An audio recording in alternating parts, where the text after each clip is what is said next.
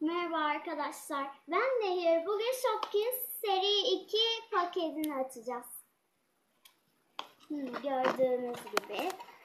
Makas kullanırsak daha iyi açarız diye düşünüyorum. Gördüğünüz gibi.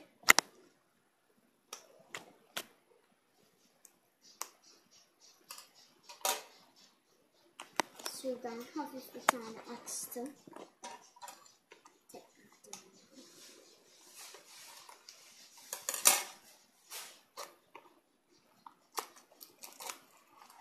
Gördüğünüz gibi.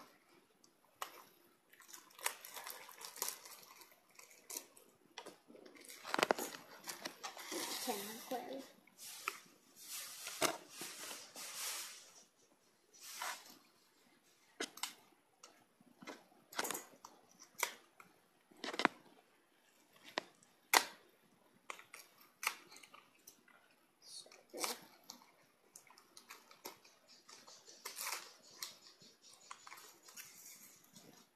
Seri 2'nin paketi pembe mor. Evet, içinde şey çıktı. Şöyle listesini de alayım. Makasla açarsak daha da kolay olacaktır. Şöyle keselim.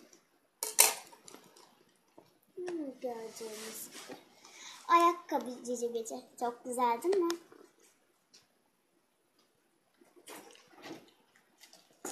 Evet. Şimdi şu Shopkins'imizi açalım. Bakalım ne çıkacak. Bakın. Çok güzeller. Sonra sepetin de arkasına koyalım.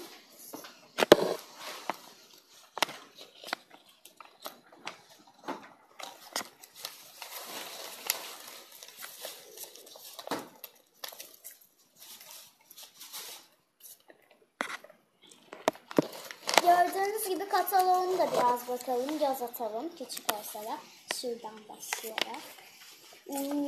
Bayağı da uzunmuş. Şu sınırlı sayıdaki cicibicilere de bir bakın.